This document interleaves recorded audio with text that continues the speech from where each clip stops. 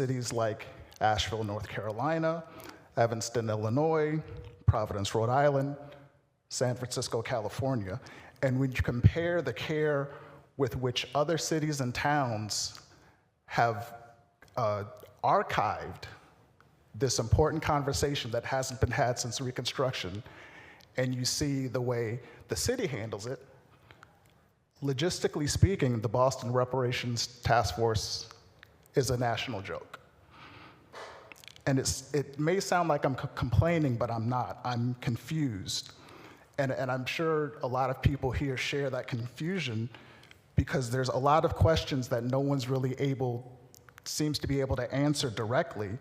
And I see a huge gap between the legislative intent of the sponsors of the ordinance, the council that voted unanimously on that ordinance, and what we're seeing playing out here.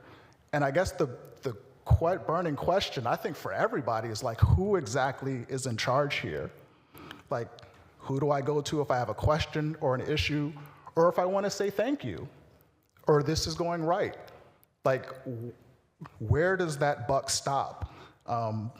Fine, yes, there's an email, but that doesn't really help. Like, who schedules the meetings? Who sets the agenda?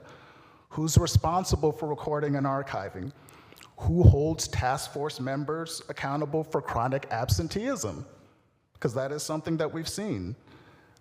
Who was responsible for, in my view, was the disastrous rollout of the Grassroots Partnership Program. I'm happy for its existence, but in what world is 3 business days enough for an average Bostonian to submit a proposal and to register as a vendor, especially without a 501c3? Now, as someone who's connected to the ADOS Empowerment Project, all I had to do was push a button. But the average Bostonian does not walk around with a 501c3 or a fiscal sponsor in their back pocket to turn out something like that in the matter of 3 days. So how are these community voices to be heard? And I'm even more disappointed, finding out that this was introduced in May of 2023, and then it's dumped on the community at the last minute. And again, logistically and structurally, this is like the most callous, irresponsible, dismissive process that I've seen on any subject. And in my view, I think it's symptomatic of Mayor Wu's administration's attitude towards Black people and their issues. Because like when I run down reparations, I look at housing, I look at the BPDA, I look at elected school board, it seems the mayor has this attitude that I don't have to listen to Black people, and that the things that affect them is not something that I have to take seriously. That's just how it looks. So I say again, who's in charge? And when I hear everyone here, I get the sense that when it's time to ask the questions that need to be asked, I get the sense that people's hands are tied.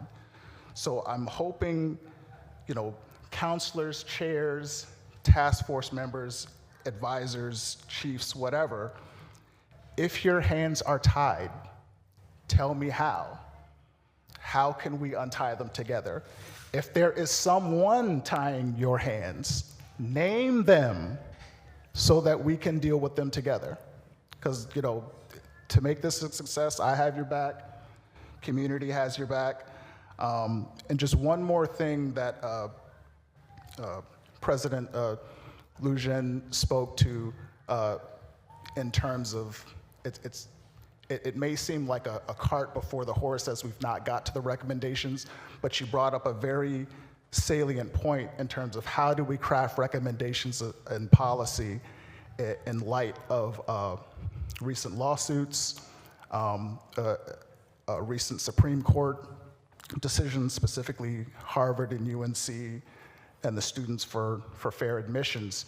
I think, again, in terms of the legislative intent of the council, understanding that this is a specific, narrowly tailored conversation, And I think if we keep our eye on the ball in that regard, focusing on the fact that the United States, vis-a-vis Congress and the Reconstruction Amendment, has the authority to eliminate the badges and instances of slavery. I think if you keep your eye on the ball in that regard, that we can get around concerns around the Equal Protection Clause, pending and inevitable lawsuits, because I'm pretty sure when y'all roll out something, somebody's coming.